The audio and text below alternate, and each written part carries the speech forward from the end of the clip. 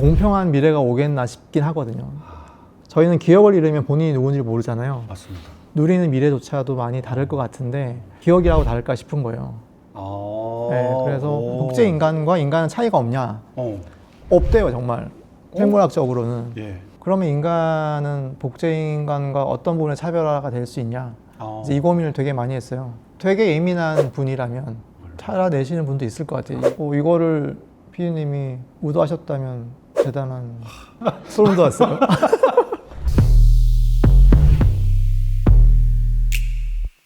영수가 방금 말씀하신 기억에도 가치가 있고 그 가치를 매기는 오한과 반대로 영수는 삶의 소소한 기억들에 대해서 그 의미를 발견해 나가잖아요.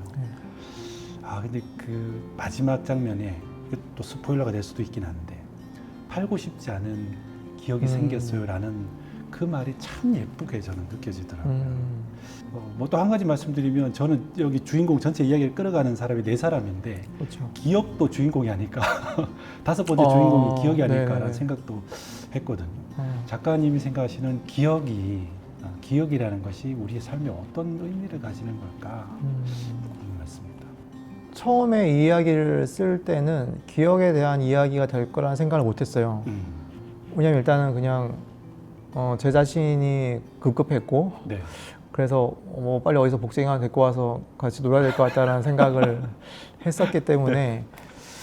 그래서 쓰면서 아까 조금 말씀드렸던 것처럼 그럼 복제인간 이야기를 써야 되는데 그럼 인간은 뭐지라고라는 고민을 하다 보니까 사실 인간은 결국 기억으로 스스로를 인식하잖아요. 그래서 기억을 안 다룰 수가 없겠더라고요. 그리고 그 이야기를 쓸 즈음에 실제로 그 기흥땡 되게 대기업에서 영생에 대한 프로젝트를 연구하기 시작했어요. 제가 어떤 과학 잡지에서 봤는데 그때 그 영생의 방법이 뭐였냐면 실제로 메모리 기억을 다 데이터화해서 젊은 몸에 넣는 게 어떤 영생의 방법이었거든요. 네. 근데 실제로 말이 되는 게 저희는 기억을 잃으면 본인이 누군지 모르잖아요. 맞습니다. 그래서 기억 얘기를 다루지 않을 수는 없겠다. 그런 생각이 들었고 그리고 미래에 고립된 사회가 될수록 이 기억에 대한 값어치가 생기겠다는 생각이 들었고 네, 그러다 보니까 기억을 다루게 된 거죠, 일단은. 네, 그래서 기억이 중요하게 됐고 뭐 의도치 않게 SF 사실 뭐 곰탕도 영수와 영수도 아주 정통 사이파이 SF라고 하기는 힘든데 정말 잘 쓰시는 SF 작가님들에 비하면 약간 판타지가 가미된 SF라고 할까 막 그렇거든요. 근데 제가 어쨌든 앞날을 좀 미래를 고민하다 보면 좀 불안하긴 해요. 저는 좀 불안하고 우울하긴 한데 어쨌든 과연 공평한 미래가 오겠나 싶긴 하거든요. 되게 좀 빈부격차가 더 심할 것 같고 갈수록 심해질 것 같고 그럼 결국은 누리는 미래조차도 많이 다를 것 같은데 기억이라고 다를까 싶은 거예요. 네, 그래서 되게 좀 속상하지만 결국은 기억조차도 풍요로운 사람과 그러니까 박한 사람이 생기지 않을까 뭐 이런 고민을 많이 해서 결국은 그러면 우리가 어떤 기억이어야 이제 될까라는 생각을 많이 했어요. 네, 그리고 아까 말한 것처럼 살아가는 이야기를 하고 싶은데 사실은 복제 인간이 없잖아요, 저희 인생에. 네. 혼자 살 때. 제가 이야기를 쓰면 속상했던 거는 어떻게 이야기를 짜도 결국 자기 인생을 설득하고 스스로를 설득하고 구해야 되는 사람은 본인밖에 없더라고요.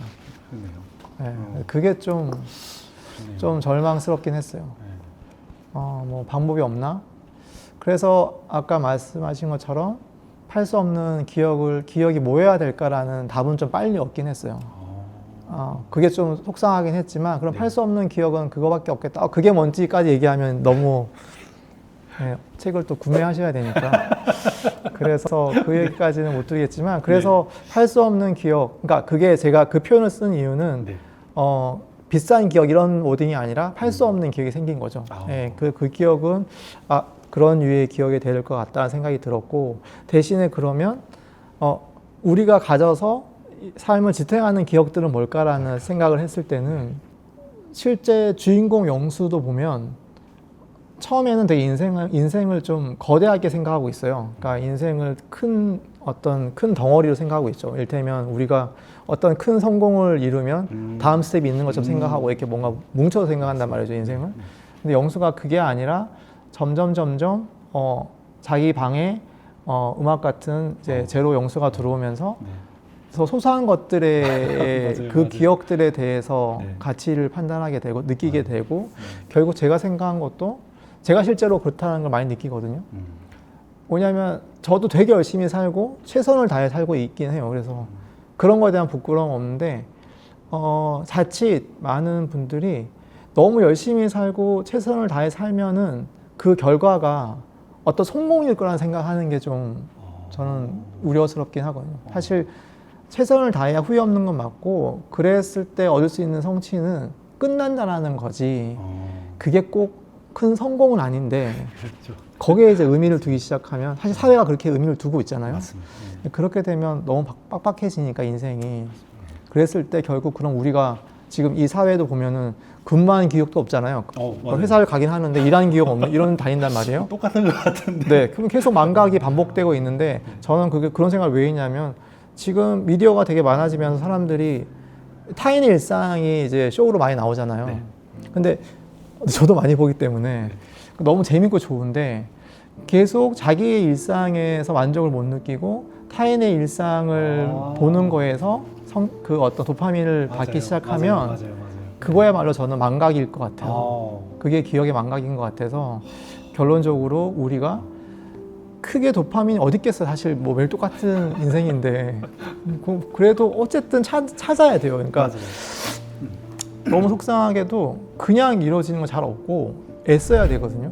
그래서 찾아야 돼요. 뭐 그러다 보면 근데 많아요. 되게 찾아보면 진짜 별거 아니고 그러니까 스스로에 대한 기대를 좀 낮추고 인생을 너무 크게 바라보지 않으면 되게 가져갈 만한 기억이 많은데 네. 뭐 예를 들면 저는 아침에 집 밖을 나가서 날씨가 좋으면 되게 기분이 좋아요. 노력하죠. 그런데 그거를 좋은 기억으로 가져가려고 노력하고 네. 날씨가 좋다라는 걸 단톡방에 써요. 네. 거의 별 대답이 없긴 하죠. 그래도 저는 날씨 좋다라는 얘기를 네, 그게 뭐 대단한 거라고? 그래 뭐 좋은 하루 이렇게 되는데 근데 저는 그렇고 일테면 뭐 여름에 빨래를 널었는데 냄새 없이 잘 말랐다. 얼마나 기분이 좋아요. 근데 그런 것도 좋은 기억으로 가져가고 엄마한테 전화했는데 엄마가 너무 기분이 좋다. 그럼 또 그것도 좋은 기억으로 가져가고 그래서 결국은 대단할 거 없어도 자기 일상에서의 기억들을 본인 스스로가 인지하고 그거의 가치를 평가해야 그걸 좋은 기억이라고 가져가야지 결국 그런 기억들이 우리를 버티게 하는 게 아닐까라는 생각을 많이 했죠. 이제 결국은 이제 그런 이야기를 쓰고 싶었던 것 같아요. 제가 엉뚱한 질문이긴 한데 네. 감독님이 이 질문 대답을 해주실 것 같아요. 왜냐하면 어떤 질문이냐면 하루는 제 아이가 이런 질문을 하는 거예요. 아빠, 이게 가을에 사과가 이제 열매가 돼서 떨어지면 그 씨앗을 심잖아. 근데 그 씨앗을 심어서 다음 해에 또 사과가 나오면 작년의 사과랑 올해 사과랑 같은 거야? 그리고 제가 그때 유전자가 같으니까 같은 사과지 했더니 그러면 1년이라는 게 있을 의미가 뭐가 있어? 그러더라고요. 네. 야, 내 아들. 근데 감독님은 방금 이야기를 들으니까 지금 이 타이밍에 아들 자랑을 하신다는 미안합니다. 지금 약간 소름 돋았어요. 아니 근데 네. 너무 좀 그러니까 농담이 아니라 네. 정말 되게 간통하는 이야기인 것 같아요. 왜냐하면 이제 제가 이해하고 싶었던 것도 그러면 사실 제가 이걸 쓸 때 복제인간 연구하시는 연구원을 만나서 복제인간 연구하는 건 아니고 하여튼 그 분야의 연구원을 만나서 여쭤본 적이 있는데 네. 그럼 복제인간과 인간은 차이가 없냐? 없대요 정말 생물학적으로는. 예. 그래서 지금 말씀하신 그 아드님이 말씀하신 것처럼 근데 제가 생각하기에는 만약에 같은 복제인간이어도 그 사람이 살아가는 동안 느끼는 바람이나 맞이하는 햇살 같은 게 다를 거잖아요. 그럼 저는 그게 다른 복제인간 생각하거든요. 다른 삶이라 생각하거든요. 그 사과처럼 이거를 피디님이 의도하셨다면 대단한 아들분이 대단하시는 거예요. 네.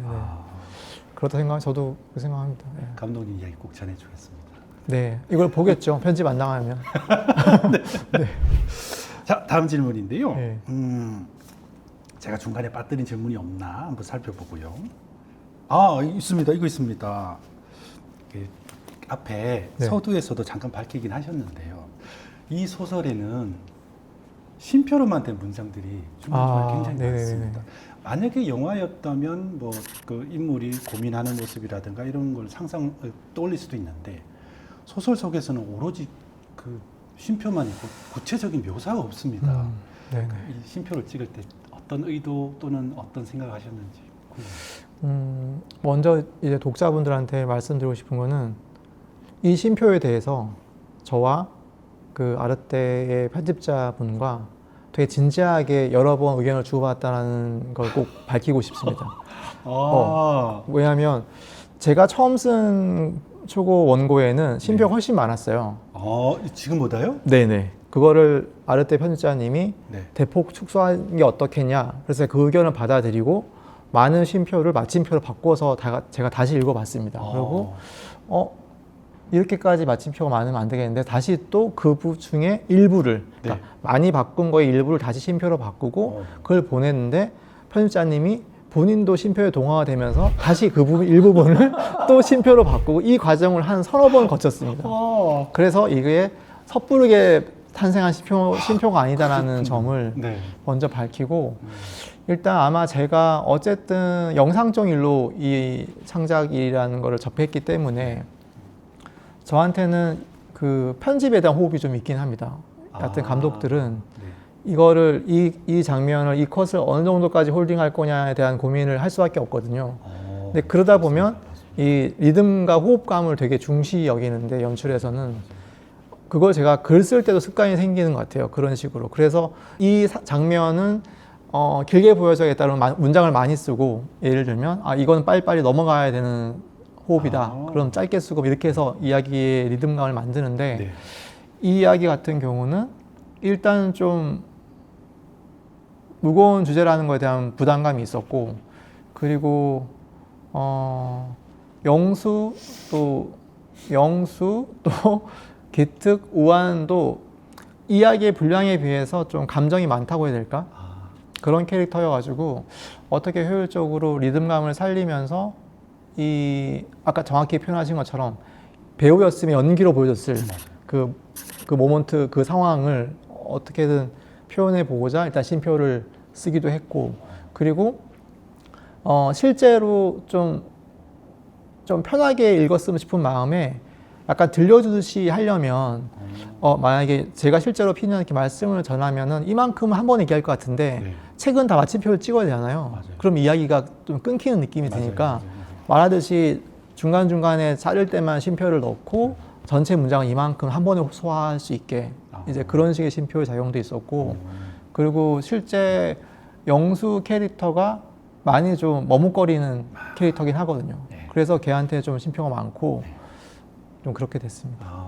그래서 좀 쉼표가 이렇게 큰 일이었나라는 거를 편집자님 통해서 내가 잘못했구나라는 생각을 했는데 그래서 여러 번 진짜 많이 신중하게 고민을 했는데 결과적으로는 이 정도 쉼표로 정리가 됐습니다. 의도한 바가 다.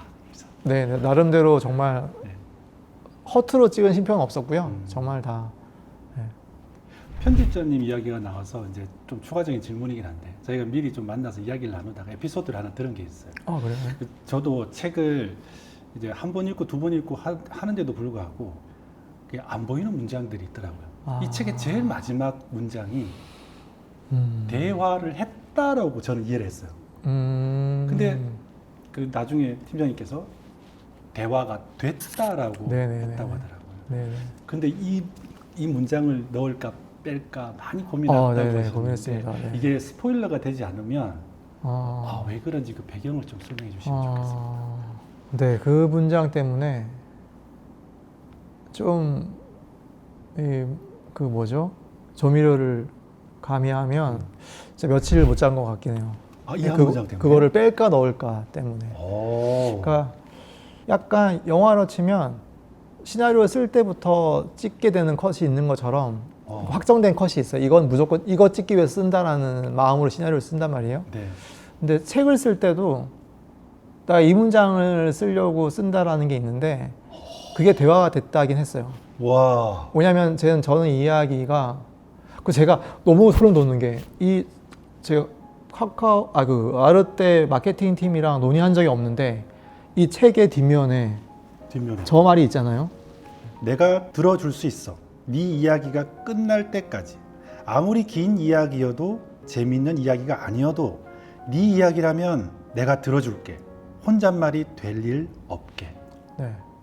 제가 만약에 이 이야기를 통해서 하고 싶은 게 뭐냐 하면은 사실 이 문장이었는데 이거를 기가 막히게 아르테에서 이걸 뒤에 실어놓은 거예요. 네. 그래서 제가 이렇게 올려서 보다가 너무 소름 돋았는데 왜냐하면 결국 혼자 두지 않겠다라는 거는 네 사연에 귀를 기울이겠다라는 건데 많은 보통의 우리 같은 사람들은 재미있는 사연이 없잖아요.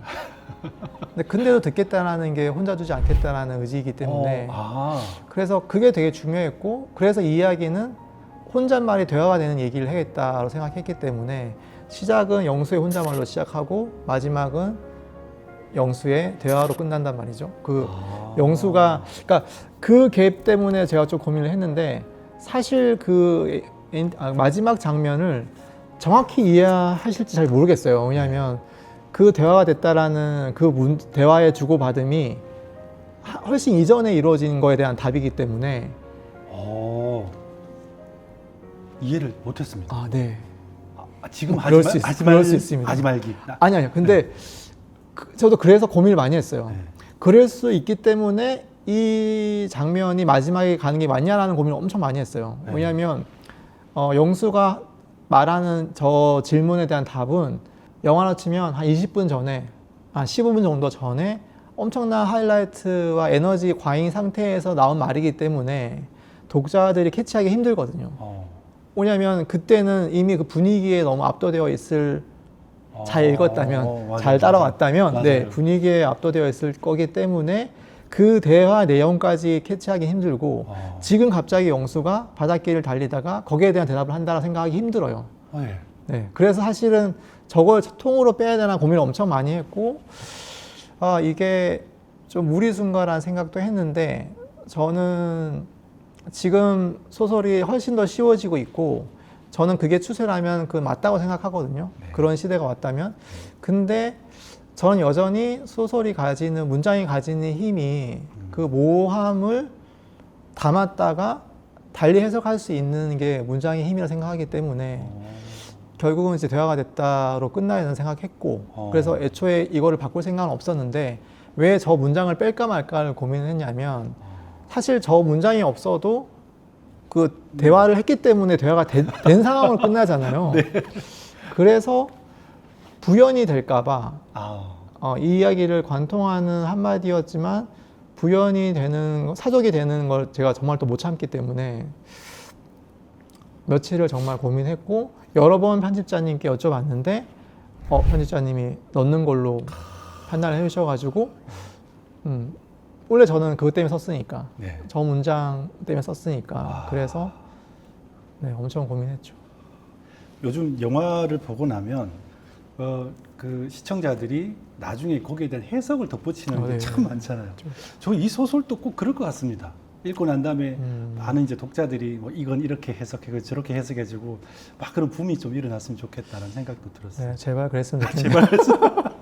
네, 제발 좀. 네. 제가 이제 2번을 읽고 이제 기차를 타고 오면서 또 읽다가 좁은 곳이 수두룩해요. 명문장 제조기라는 별명이 또 있잖아요. 누가요? 감독님이. 지금 만들어졌습니다 이제. 진짜? 네, 감사합니다. 처음 읽었을 때는 보이지 않던 문장 또는 이제 좋은 문장이다 이렇게 받아들였던 게 다시 또 읽으니까 야 이건 꼭 이게 서랍에 넣고 싶은 메모해 두고 싶은 그런 문장. 근데 되게 그냥 막 적으신 거 아니에요? 아닙니다. 감사합니다 진짜. 네. 이것도 스포일러가 될 것 같긴 한데 나중에 편집하는데 개인적으로 궁금해서 그랬어요. 만약에 스포일러면 제가 편집하겠습니다. 오한이 자기가 편집한 기억일 경우에 자기만의 표식을 넣는다고 했잖아요. 거기 등장하는 가수 이름이 우소화잖아요. 네네. 이게 우소화가 네. 분명히 무슨 이유가 있을 것 같다는 생각이 했거든요. 아, 네. 그거는 좀 카톡으로 얘기를 하는 게 왜냐면 네. 그 원래 너무 넣고 싶은 가수분이 있었어요. 네. 그 가수분의 이름만 들어도 제가 쓰고자 하는 이야기의 톤을 일부분 채울 수 있는 가수분이셔가지고 하고 네, 싶었는데 안 됐고 그 네이밍은 그 사실 제가 그냥 정말 지어낸 이름이지만 되게 예민한 분이라면 그리고 정말 여기서 나이가 나와야 되나? 어쨌든 뭐 저희 또래 분들이라면 네. 뭔가 20대 후반 이상이라면 네.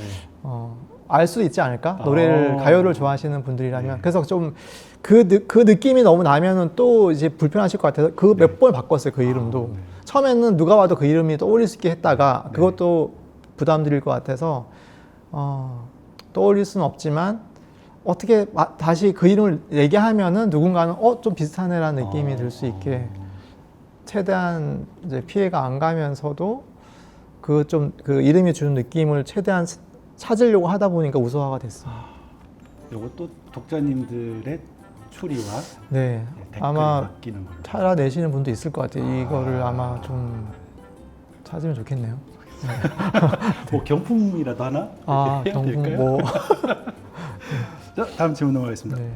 영수에 대한 캐릭터를 설명하실 때 시작부터 끝까지 줄곧 이제 반복되는 설명이 있어요. 묘사가 착하진 않지만 모질지 않은 영수. 네, 제가 느끼기에는 이게 한 사람의 캐릭터에 대한 설명이라기보다 사람에 대한 설명이 아닐까라는 생각도 좀 문득 들었는데요.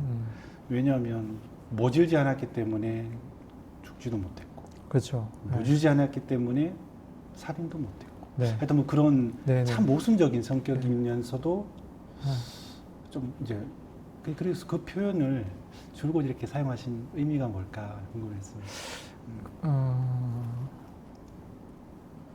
그거는 좀 감사한 질문이긴 한데 저한테 되게 중요한 표현이긴 한데 어떤 작가로서 바람인 것 같아요. 그러니까 뭐냐면 복제인간은 생물학적으로 인간은 복제이기 때문에 너무 동일한데 그러면 인간은 복제인간과 어떤 부분에 차별화가 될 수 있냐 이제 이 고민을 되게 많이 했어요. 근데 실제로는 없대요. 실제로는 없고 그리고 인간이라고 해서 다 뭐 더 낫다라는 게 없잖아요. 사실 뭐 케이스 바이 케이스니까 어떤 사람은 악할 수 있고 선할 수 있는데 하지만 작가로서 그러니까 인간의 이 종이 인간의 정보 데이터를 베이스로 그런 방대한 데이터를 가지고 만든 AI나 또 앞으로 만들어지고 있는 이런 종보다는 저는 모질지 않았으면 싶은 게 이제 제 바람이었어요. 그게 상대적으로 그게 뭐 무능하다는 뜻이 아니고 네. 그래도 인간성이라는 게 그게 좀 모질지 않은 게 인간이 갖고 있는 인간성의 어떤 복제인간 차별화 될 수 있는 인간성이면 좋겠다. 네, 그래서 그 생각을 하고 그 영수를 그렇게 잡고 이야기를 쓰니까 좀 훨씬 설득력이 생겼어요. 제가 이 이야기를 쓸 때. 그래서 이 이야기의 엔딩이 스포일러에서 말씀을 너무 중요한 스포일러에서 말씀을 못 드리지만 네네. 그런 흐름이 인류가 가질 수 있는 미덕의 인간성이 제 바람은 뭐 모질지 않는 것이라면 이런 흐름이 가능하고 그게 좀 저는 좋았었어요. 그게 저는 좀 그래서 그런 표현이 중요하긴 했습니다. 네. 저는 김다울이라는 네. 인물을 만날 때 그 장면이 너무 예뻤어요. 그러니까 소설 전체에 참 좋은 문장과 장면들이 많지만 약간은 이런 긴장감을 좀 내려놓는 장면이었거든요. 뭐냐면 이 주인공들이 김다울이 수화를 하니까 네네. 수화를 배우는 장면이 나와요. 네네. 김다울과 대화하기 네네. 위해서. 그때 이런 표현을 하셨더라고요. 김다울이라는 캐릭터는 이제 소리가 안 들리죠. 네네네. 그래서 사고로 네. 수화로 대화를 하는 네. 친구인데 들을 수는 있지만 어. 말을 못하기 때문에 수화를. 그렇죠. 네. 그때 이 주인공들이 김다울과 대화를 하기 위해서 수화를 배우고 이렇게 표현하셨어요. 김다울의 말을 배우기 위해 보낸 시간들이 김다울에게는 기다림의 시간이 되었고 그 시간들은 이제와 반가운 순간이 되었다. 근데 왜 이 문장이 저한테 크게 와닿았냐면요. 한 인간을 제대로 이해하기 위해서는 언어에 대해서 깊이 있는 지식이 필요하고 네, 맞습니다. 또 인간에 대한 깊이 있는 지식이 필요하다. 우리가 각자 서로 다른 세계관, 다른 환경에서 살아왔기 때문에 서로 다른 게 처음 부딪혔을 때는 절대 동화가 잘 안 되는 게 사실 일반적인 거라면 이렇게 서로 기다리면서 언어를 배우는 이 과정이 서로를 이해하는 과정이 아닐까라는 생각 때문에 이 장면이 참 예쁘게 보여요. 네네.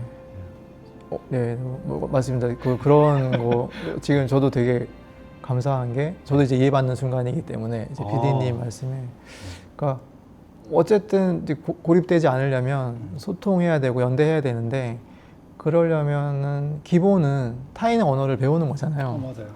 근데 사실 지금은 다 자기 언어로 왜 너 내 이야기를 못 알아들으라고 싸우잖아요. 맞아요. 저는 그게 좀 속상하긴 하거든요. 왜냐하면 사실 조금 더 면밀하게 들어가면 사람마다 다 개개인마다 다 언어가 있거든요. 근데 우리는 한국어를 쓴다는 이유로 되게 쉽게 생각하죠. 네. 그냥 한국어 쓰니까 왜 이렇게 말귀를 못 알아듣지라는 얘기를 하잖아요. 그래서 그것까지 지금 이야기가 되게 많기 때문에 다우를 통해서 그런 디테일까지 잡기는 힘들었고 아까 말씀드린 것처럼 인류를 포괄적으로 가져갔을 때 그런 어떤 소수자들에 대한 배려도 필요했고 그러면서 상징적으로 이렇게 아예 다른 같은 언어를 쓰고 있지만 매개가 다른 캐릭터가 나오면 제가 좀 이 전체의 이야기를 하는데 그러니까 하고 싶은 얘기를 하는데 역할을 제대로 할 것 같아가지고 그거를 또 PD님이 짚어서 얘기해 주시니까 좋은 프로인 것 같습니다. 예, 진짜 예, 이거 정말 저는 좀 그런 것 같아요. 그러니까 곰탕을 제가 10만 부 나와가지고 거기 그걸 써달라 해가지고 네. 서문 뭐 하여튼 쓰는데 소문 그런 말 쓴 적 있어요. 그러니까 누가 작가가 무슨 일을 하냐고 이제 누가 질문을 하면 제가 대답하기로는 오해받을 줄 알면서 계속 이해를 바라는 직업이다라고 얘기하거든요. 왜냐하면 어쨌든 자본의 바운더리 안에서 글을 써야 된다라는 거는 이제 오해를 감내하겠다라는 거고 그래도 사실 이해받고 싶죠. 아주 네, 맞습니다. 네. 그러니까 그 긴 혼잣말을 쓰는 거겠잖아요. 네. 근데 사실 이해의 순간이 많지는 않아요. 대부분은 그냥 재미있는 스토리텔링을 보지. 근데 이제 이런 걸 짚어서 이해해 주시면 이제 오늘은 막 신나죠. 제가 잘한 이게 또 거군요. 엄청 이제 좋은 기억이 되겠죠. 네, 감사합니다. 제가 참 이런 아름다운 장면을 이제 말씀을 드렸으니까 네, 네. 작가님께서도 참 감독님께서 이 이야기를 전체를 만든 창작자이시긴 한데 그래도 독자들에게 하나 참 애정을 가진 장면이다라고 좀 소개하고 싶은 부분이 있다면.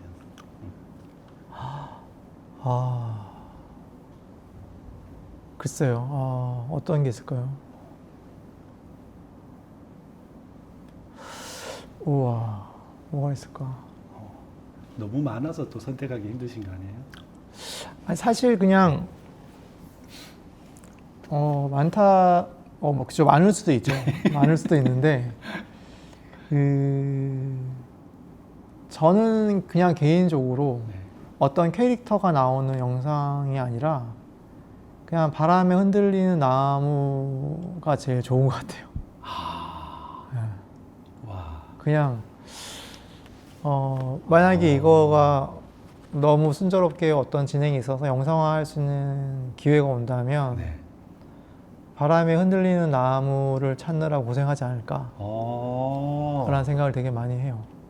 그래서 이 영화의 시작도 아마 바람에 흔들리는 나무일 것 같고 그리고 바람에 흔들리는 나무를 보는 해도연도 있고 영수도 있고 기특도 있겠죠. 근데 그 흔들리는 나무를 보는 영수를 보는 기특의 감정과 또 방에서 창으로 보는 해도연의 감정과 또 그 영수를 보는 그 영수의 마음이 다 다를 거잖아요. 네. 그리고 그걸 관망하고 있는 오한의 욕심도 다를 거고. 네. 그래서 저는 흔들리는 나무를 여러 번 표현하게 될 텐데 극 중에서 그 여러 번을 다 그때는 뭐 운 좋으면 관객들이 있겠죠. 그러면 관객들한테 다르게 다가갈 거니까 이제 그게 제일 기대되고. 네. 어디서 찾지? 이거. 나중에 뭐 드라마나 영화로 만들어지면 야, 저 장면 감독님 찾느라고 장소 찾느라고 엄청 고생하셨겠구나. 네, 그러면 다행이죠. 더럽게 못 찾았네라고 할 수도 있으니까. 저런 걸 찾았어 하필 막 이제 이럴 수도 있으니까. 네. 마지막 질문입니다, 작가님, 네. 감독님. 네. 작가의 말에서 독자님들께 이렇게 얘기하셔요. 삶이랑도 적당히 거리를 두고 여행하듯이 우리 인생을 살았으면 좋겠다라고 하셨는데 직접 독자들께 왜 그런 이야기 하셨는지 한번 얘기해 주셨으면 좋겠습니다. 그냥 사실 이런 이야기를 쓰고 그런 말을 또 작가의 말에 따로 써서 말씀을 드린다고 해도 안 되잖아요, 사실. 네, 자기 인생을 누가 인생 여행하듯이 살 수 있겠어요. 근데 그냥 바람인 거죠. 그냥 뭐라고 할까? 제가 최근에 40 읽어야 되는 쇼펜하우어를 50에 읽긴 했는데 그때도 읽긴 했던 것 같아요. 근데 그 책이 집에 또 있더라고요. 그래서 제가 재작년쯤에 읽었는데 근데 이제 쇼펜하우어는 되게 시간을 과거와 현재가 이어져 있지 않다고 얘기하거든요. 그러니까 절연되어 있고 그러니까 아예 다른 시간대니까 돌이켜보는 의미가 없다라는 얘기를 하고 그게 되게 위안이 되기도 했어요. 네. 근데 저는 최대한 삶에 대해서 부담을 줄이는 방법은 혼자 살면서 최대한 활용하는 것 같아요, 본인을. 근데 그게 뭐냐면 과거에 있는 본인을 탓하고 뭐 때문이야? 탓도 하고 네. 그리고 미래에 있는 저한테 떠넘기기도 하고 이렇게 좀 최대한 좀 부담을 덜고 살아가는 게 어차피 늘 그럴 수는 없거든요. 하지만 그런 힘든 순간이 오면 최대한 스스로를 활용해서 부담을 덜었으면 좋겠다는 거죠. 그러니까 예를 들면 뭐 본캐긴 하지만 좀 부캐처럼 사는 거죠. 네. 왜냐하면 이 이야기에서도 그 제로 영수가 본인이 계속 인간인 줄 알다가 복제 인간인 걸 깨닫는 순간 살려고 하거든요. 왜냐 이건 나한테 좋은 삶이 아니라는 걸 이제 알았으니까. 그럼 그 부담은 엄청 줄죠. 그거를 이야기 통해서 말씀드리고 싶었던 거고 그래서 독자분들도 힘드시겠지만 최대한 좀 부담을 덜고 본캐지만 부캐처럼 어떻게든 한 사람을 잘 나눠서 그렇게 살아가셨으면 좋겠습니다. 힘드시겠지만 그래도 네.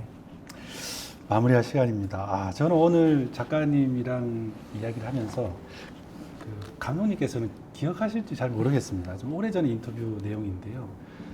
어떤 질문인지는 잘 기억이 안 나요. 근데 이런 말씀을 하시더라고요. 내가 감독으로서 어떤 책임감, 역할을 생각한다면 그래도 힘들지만 그래도 살아봅시다. 일상의 삶에도 소중함을 알고 살아갑시다. 라는 그런 이야기를 하는 사람이어야 하지 않을까라는 말씀을 그때 하셨는데 저는 지금 그런 마음이 가장 잘 담긴 작품이 오늘 이 영수가 아닐까라는 생각을 했습니다. 그러면 너무 좋겠습니다. 그 사람이 그런 말 하잖아요. 저기 그 큰바위 얼굴 보고 저런 사람 되고 싶다 했는데 자기인 줄은 몰랐다가 어느 날 되면 자기가 그 인물이 된 것처럼 이런 이야기를 많은 독자들께 또는 이제 영화를 보시는 분들께 해줄 수 있는 바람을 갖고 계셨다가 어느새 이제 그런 이야기를 진짜 하고 계시고 많은 분들께 공감이 되고 힘을 주는 분이 되지 않으셨나 라는 생각이 듭니다. 그건 진짜 너무 이제 과하게 얘기하신 거고 그 얘기 중에서 머리가 크다는 것만 받아들이겠습니다. 네. 하여튼 머리 큰 바위라고 말씀하셨잖아요. 제가 그거는 제가 인정하겠습니다. 감독님 너무 재밌게 말씀하셔가지고요. 책도 그렇습니다. 웃음과 눈물, 재미와 사유가 함께하는 김영탁 감독님의 SF 소설. 장르는 디스토피아지만 결론은 해피엔딩입니다. 감독님 책 꼭 한번 읽어보셨으면 좋겠습니다. 오늘 이대로 마치도록 네, 하겠습니다. 감사합니다. 감사합니다, 감독님. 네, 감사합니다. 금바이 얼굴은 꼭 넣어야 될까요? 넣어주십시오. 네. 네. 그거는 뭐 팩트니까. 감사합니다. 수고하셨습니다.